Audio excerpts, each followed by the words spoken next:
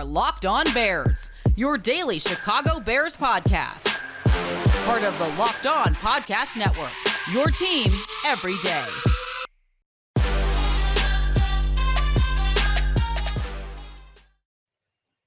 The matchups are there for the Chicago Bears to upset the Las Vegas Raiders on Sunday. It's a question of, do the Bears have enough talent to overcome, and can this coaching staff keep those players in the best position to be successful? This is Locked On Bears, and I'm your host, Lorin Cox. I'm an analyst for Pro Football Focus, and I'm here to bring you your daily, in-depth Chicago Bears news and analysis. You can follow me on Twitter at CoxSports1. You can follow the podcast on Twitter at Locked On Bears. You can like Locked On Bears on Facebook. Join the Locked On Bears Facebook group for more Bears talk. And make sure that you're subscribed to the Locked On Bears YouTube channel to keep up with all of our video podcasts as well. Thanks for making Locked On Bears your first listen every day. We're here for you 5 days a week. And today, we're putting together a game plan for a Chicago Bears victory on Sunday against the Raiders. We'll start with Derek Carr and the Las Vegas offense. He's been playing well this season, despite not a lot of help from certain parts of his supporting casts. So we'll look at how the Bears might be able to neutralize him a little bit, where they can find some advantages, and how parts of this Raiders offense could play into some of what the Bears want to do schematically.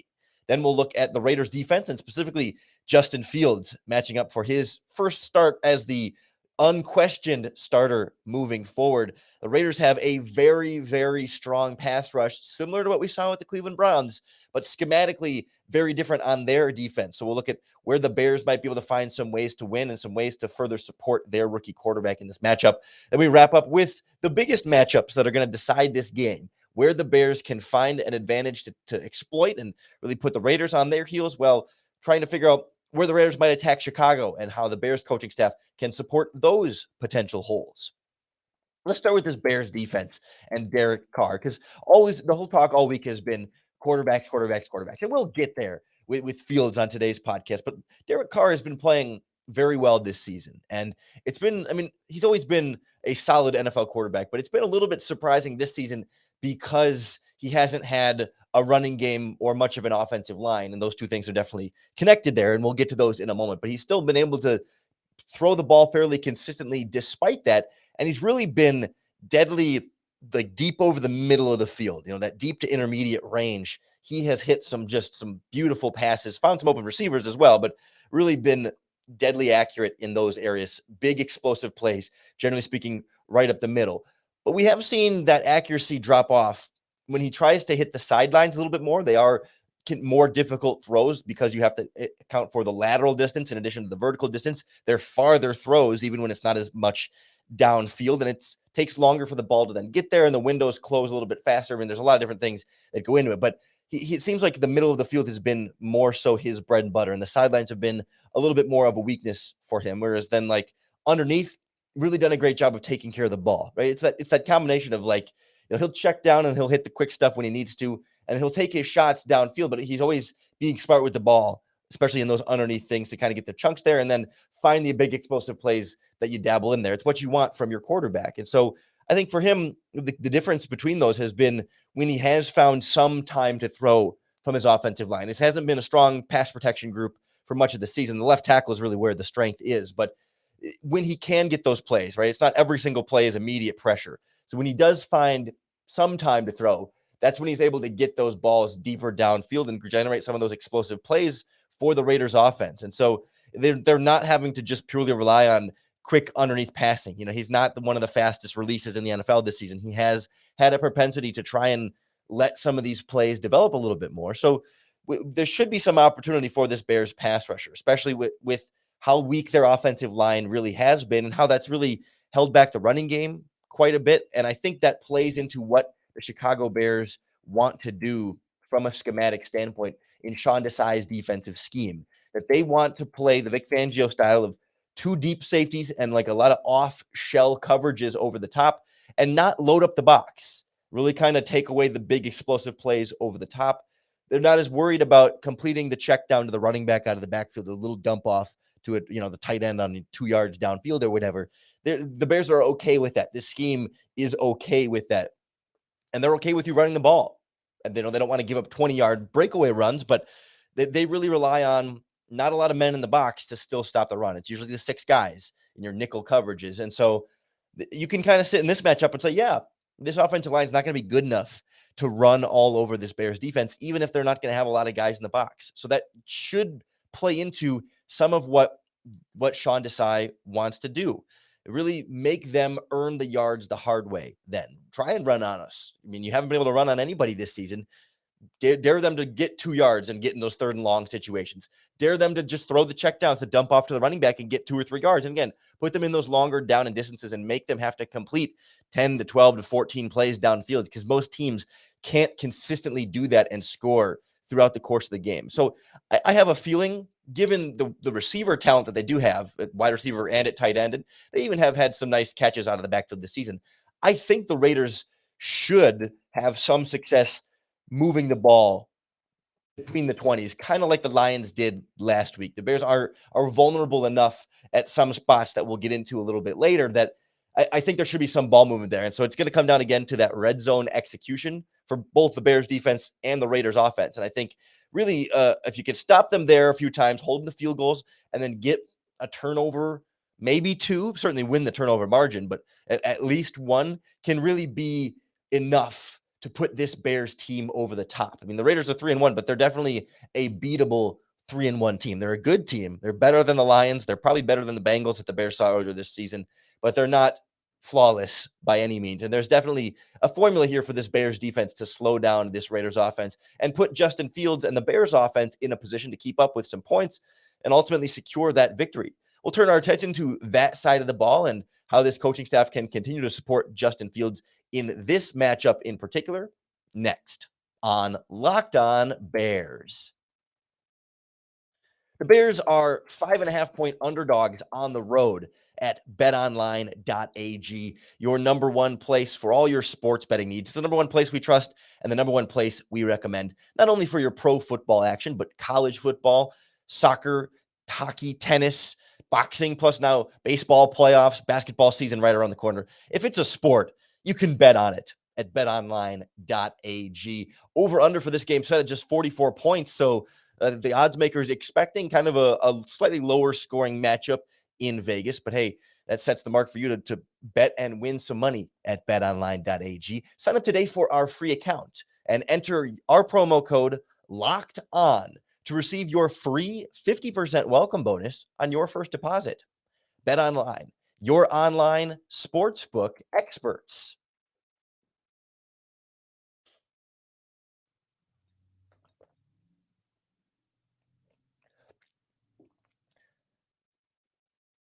This Las Vegas Raiders defense has struggled to stop the run all season. So as much as you would love to have David Montgomery out there for this matchup, if there's a week, and obviously Montgomery's going to miss a few weeks with his injury, right? But it's not a bad, I mean, there are worse times to be without Montgomery, right? There's no good time to have your top running back injured, but this is not as bad of a matchup as it could be to have Damian Williams and company have to kind of take over. As far as practice reports have gone this week, Williams has been participating with his, a bruised thigh or something in his leg. Should be good to go. Him and Khalil Herbert, we might see them elevate Ryan Nall or Artavis Pierce from the practice squad. But either way, it's a scaled back Bears running game against a run defense that has struggled to stop the run. And so it's a great opportunity here for Damian Williams to shine.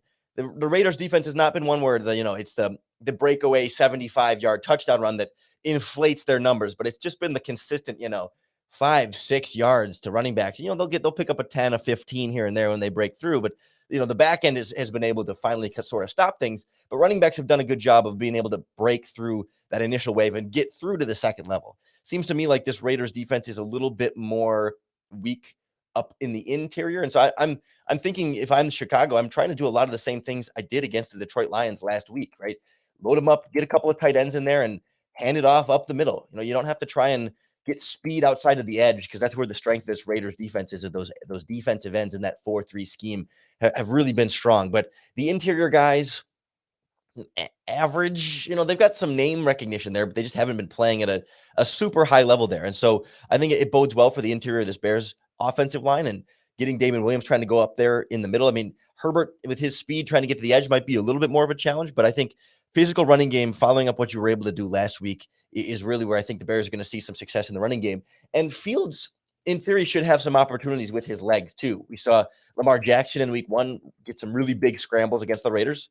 Fields is not going to be Lamar Jackson, but even Jacoby Brissett with the Dolphins a couple weeks ago, he had some nice scrambles, on design passing plays, not just read option stuff, but passing plays where he takes off, in part because that Raiders pass rush gets him out of the pocket. But with the way this scheme works under Gus Bradley's defense, it tends to be a lot of single deep, and it's the cover 3, sometimes cover 1, but their cover 3 zone can kind of end up looking like man coverage or like half man, half zone, depending on what routes you throw at them and how their rules respond to those routes. And so if they're sort of manning up the receivers, even though they're in zone, there's still going to be room then for Justin Fields to run because they might not be spying him quite as well. So I would expect Fields' legs to be a part of the Bears passing game, maybe more so than the running game, because I think you should be able to find some room up the middle. But this Gus Bradley cover 3 scheme coming over from the Seattle Seahawks Legion of Boom, right? That was sort of his defense that he helped orchestrate over there.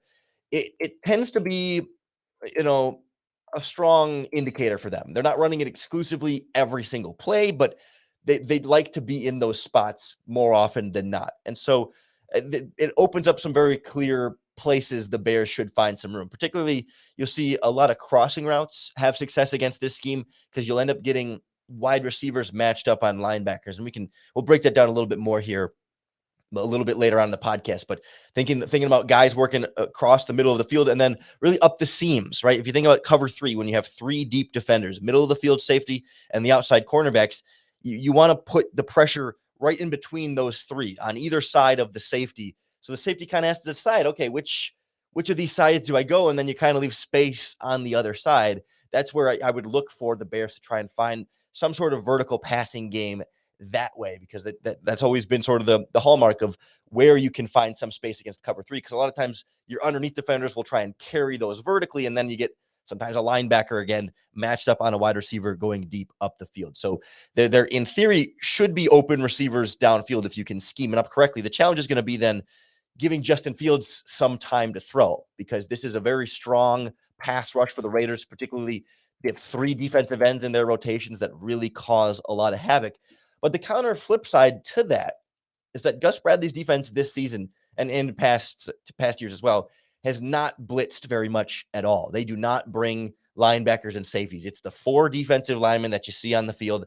They're the ones coming at you. And so that should make it a heck of a lot easier for Justin Fields to not have to wonder where the pass rushers are going to come from, for Sam Mustipher making the protections from the center position at the line of scrimmage.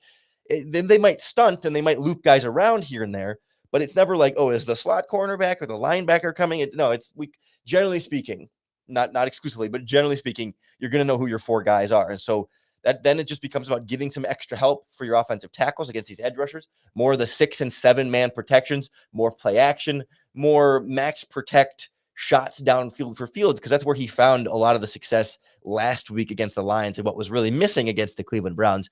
If you're going to roll him out of the pocket, I'm a little bit hesitant because I get flashbacks to the Browns game that if it's Myles Garrett and Jadeveon Clowney, or in this case, guys like Max Crosby, Yannick Ngakoue, and Carl Nassib, they're going to be sniffing out for those rollouts. And so if you're going to roll Fields to a side, you have to have a tight end on that backside to block that defensive end. Typically on a rollout, you're going to leave somebody unblocked and hope that the play action kind of sucks them in so the quarterback can then sneak around them. But if you're going to do it against this defense, you have to leave a tight end in there to block that normally unblocked backside defender that Fields is going to roll off of. Otherwise, they'll chase him down and it will eliminate the rollout, just like it did in Cleveland. So again, it feels like matchup-wise, formula is there that they're not going to surprise you. They're not going to challenge you in some of those ways from a pass rush standpoint. They will in terms of talent, but not in terms of scheme.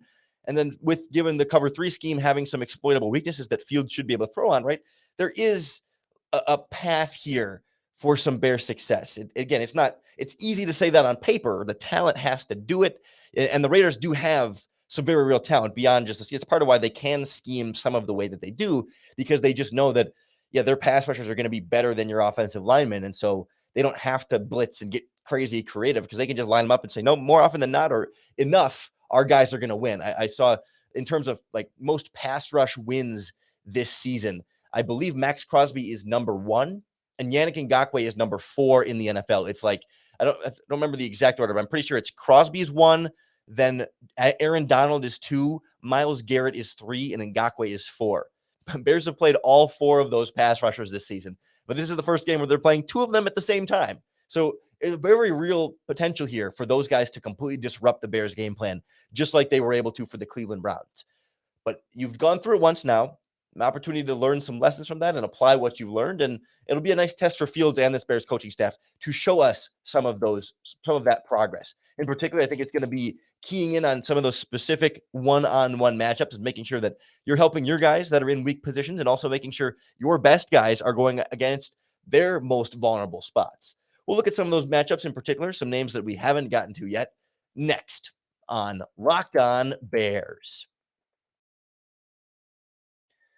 A matchup I lose every time is my willpower versus Built Bars, the world's best tasting protein bars, because they taste so good. It's really hard for me to not eat a bunch every single day. I'll just go through them too fast if I don't, because they're so good for you and they taste delicious. And I would have to order new boxes every single day if I let myself eat as many as I have. They taste like candy bars, but they're low sugar, low calorie, high fiber, and high protein. Every single one soft and easy to chew. They're all covered in 100% real chocolate, and they come in a bunch of delicious flavors. I promise you will find something you love. There hasn't been a Built Bar flavor that I have not enjoyed. I've tried every single one. No such thing as a bad Built Bar, but everyone's got their preferences. For me, salted caramel is delicious, and the limited time, the cookie dough chunk is just absolutely the cream of the crop. You'll find something you like, I promise. Check it out at BuiltBar.com and enter our promo code LOCKED15 to get 15% off your next order. That's promo code LOCKED15, LOCKED15 for 15% off at BuiltBar.com. All right, let's get into some of these X's and O's, the one-on-ones here, or the position by position here that I think will really sort of decide this matchup. And I want to first go back to this cover 3 defense versus the Bears receivers, because when you're in that typical sort of cover 3 and the Seahawks tend to do like some seam adjustments off of that, where if you're an underneath defender, but someone's running vertically, you're going to have to follow them basically in man-to-man coverage and abandon your underneath zone. And so that's a great way to get a linebacker versus a wide receiver, particularly that tends to then happen in the slot. And also particularly it happens to be out of a trips formation. When you go to like a 3 receivers to a single side, that's where it's going to stress that scheme in particular, because you might have a 1 slot cornerback, but then a third person's got to get over to that third receiver, an outside cornerback, a slot cornerback. Then typically it's a linebacker, because you might also have a safety coming down on the other side or a receiver coming, there's a lot of different ways to sort of stress them if they want to show 2 deep safeties, or if they're just going to show 1 all the time, right? And so with that defense, if that third receiver goes vertical, whatever inside guy has to carry that vertical. And so put Darnell Mooney there, put Damiere Byrd there. We've seen Marquise Goodwin mostly play on the outside, but I'm thinking more speed of Byrd or Mooney, or maybe Jakeem Grant if he's ready to go, although it's a quick turnaround to expect him to play a major role in this Bears offense in his first game in Chicago. But I really like the possibility of getting some of those matchups there, whether it's Corey Littleton, Denzel Perryman, former Bear Nick Kwiatkowski, also at linebacker, or even KJ Wright. None of those guys are keeping up with a wide receiver working across the middle of the field or going vertical, right? I mean, it's not a fair matchup to put them in. It's something we saw too often in Chuck Pagano's defense the last couple of years, with sometimes Roquan Smith, sometimes Danny. A lot of times it was Danny Trevathan. Like when you saw Trevathan in man coverage against Devontae Adams last year, this is that same issue, right? They were in a cover 3. You put 3 receivers to that side. They put Devontae Adams in the inside slot and sent him vertically, and it was literally Danny Trevathan's job to try and follow that downfield. It's not a good spot to put your linebackers in. If you're the Bears, that's what you want to do for the Raiders. You can also see your tight ends getting involved in some of those vertical seams as well. Jimmy Graham, Cole Kmet, now's your time to shine. There should be an opportunity there, again, to kind of split the safety and the cornerback and try and outrun a linebacker. If you invest as much in the tight ends, you want them to be those plus matchups. Great opportunity for them to try and show something again this week, but it's been 4 games and we just haven't seen it yet, so I'm not getting my hopes up too much there. And then even on the outside, Allen Robinson, Marquise Goodwin, or whoever, you're going to have a lot of one-on-ones with those cornerbacks in cover 3. They're going to play a lot of off coverage, but you can try and hit them with a double move in there, see if they'll be aggressive and try and go vertical on that. But another play that's going to require time to throw for Justin Fields. And so I'm very concerned about Crosby Ngakoue and Carl Nassib. So, as much as it's not going to challenge the center for the protections, it's still going to be a very tall task for Jason Peters and Jermaine Ifedi. So I think if I'm Fields, I'm going to be more inclined to step up in the pocket as opposed to trying to scramble down and around the backside like he did a couple times against the Browns, because it just leaves Myles Garrett, or still thinking Browns, it left Myles Garrett and Jadeveon Clowney time to chase him down. But same kind of thing for Crosby and Ngakoue. I mean, they're ferocious pass rushers. And so if you feel that pressure and you're going to step up, you got to get rid of the ball quickly or take off. And if you're going to take off, you can't wait and still look downfield. You gotta go. I mean, there's not enough time to reset and let a whole second play sort of develop downfield when it comes to these pass rushers. And I'm really excited to see what type of progress Justin Fields can and will show in that regard of this Bears offense. I think defensively, I'm definitely worried about the slot receiver Hunter Renfrow, and they even take Henry Ruggs and move him into the slot quite a bit against Duke Shelley. And even if Deion Bush sometimes in the slot, or a Bears linebacker for some of the same types of matchups. But it's clearly where the Lions were attacking the Bears defense. It's where the Browns were attacking the Bears defense. It's an easy formula. Yeah, you look at the weakest guys in the secondary, throw the ball at them as much as you can. And Renfrow and Ruggs have both been playing at a high level. That's where the receiver talent has been. They got Brian Edwards too, another recent draft pick of theirs who's coming up and coming. But they've got some receiver talent, and I do have some concerns. That's why I still think the Raiders will be able to move the ball somewhat against this Bears defense, even if the offensive line's not playing well, and even if they're not really able to run the ball. I think it is going to be critical then to make sure Derek Carr doesn't have that time to throw deep downfield. And so I'm attacking the right side of this Raiders offensive line in particular, because that's been where the weakness has been all season. We heard yesterday from your boy Q from Locked On Raiders all about some of the issues that they've had up front. If you haven't heard that podcast, make sure you go back and take a listen, because he's in Las Vegas. He runs sports radio stations. He's a great professional. He's one of my favorite Locked On hosts to have on these podcasts, and just a wonderful, wonderful job breaking down the Bears opponent. But even just yesterday, on Thursday, the Raiders made an offensive line change. It was right after we had got done talking to your boy Q, and Q said, hey, don't be surprised if they make this change. And 12 hours later, new right guard, or I guess their right tackle, the rookie Alex Leatherwood, bumps into right guard, and then their backup right tackle, or their backup offensive tackle, Brandon Parker, takes over at right tackle. So two new guys in new positions for this Bears game. Keem Hicks versus a rookie. Go get him. I mean, we'll see health-wise what the Bears are going to get from their defensive line, but Khalil Mack versus the new right tackle, or Robert Quinn if he's going to be on that side, because the strength is the left tackle, Colton Miller. Solid starting left tackle. He'll be fine. I mean, he's not a Pro Bowler or whatever, but he's fine. That's where the strength is. Robert Quinn will have his work cut out for him when he's on that side, but bring everything you can off that right side. I know it's the front side for Carr, but if you can flush him left, it's harder for a right-handed quarterback to throw left, when he's rolling. I mean, there's some definite potential there to find some advantages. And I would be remiss too, before I forget, to not mention the tight end Darren Waller. I probably have gone too long. It's a sin to go this long talking about the Raiders offense without talking about Darren Waller, because he's one of the best tight ends in the NFL. Just a great vertical threat out of the seam, a safety blanket for Derek Carr. And I'm legitimately concerned versus Roquan Smith or Alec Ogletree, especially Alec Ogletree. But Roquan Smith has been vulnerable the last couple of weeks. He's not been the, all-pro future Hall of Famer that seems like everybody wants to make him right away. He's good. He's very good.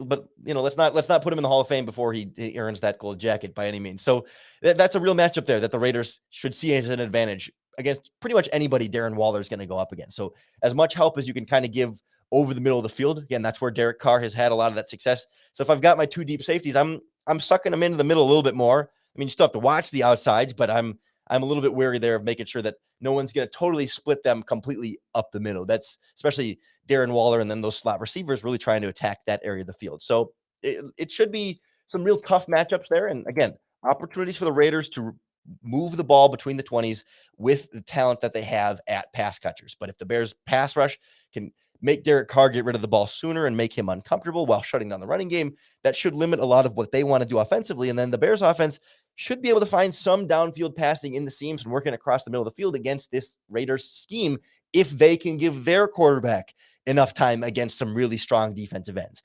That's really, for me, I think the formula and the story of this game is how the two quarterbacks are going to be able to protect against really strong edge rushers with some very real concerns on the offensive line, because schematically and matchup-wise, both passing games should find some success. I just think the Bears should be able to run the ball a little bit better and take a little bit more of the pressure off of their quarterback. Doesn't mean I'm super confident that the Bears are going to just blow them away and have a huge, easy victory by any means. But I think there is a path to get there. And I think it's going to be one of the more fun, close matchups on Sunday. Looking forward to breaking it all down for you next week on the Locked On Bears podcast. So make sure that you subscribe to keep up with all of our daily, in-depth Chicago Bears news and analysis. We are free and available on all platforms. Appreciate everyone who's been subscribing to the YouTube channel, helping us grow that platform. The likes and the comments on the videos are really fun to create that discussion around this team, because I think it helps kind of make it more of an immersive experience, helps connect you to your fellow Bears fan, to your team a little bit more when you're getting that daily dose of Chicago Bears in your ears and I guess in front of your eyes on the YouTube channel. But I hope all in all, the whole process for you just makes it a little bit easier to bear down.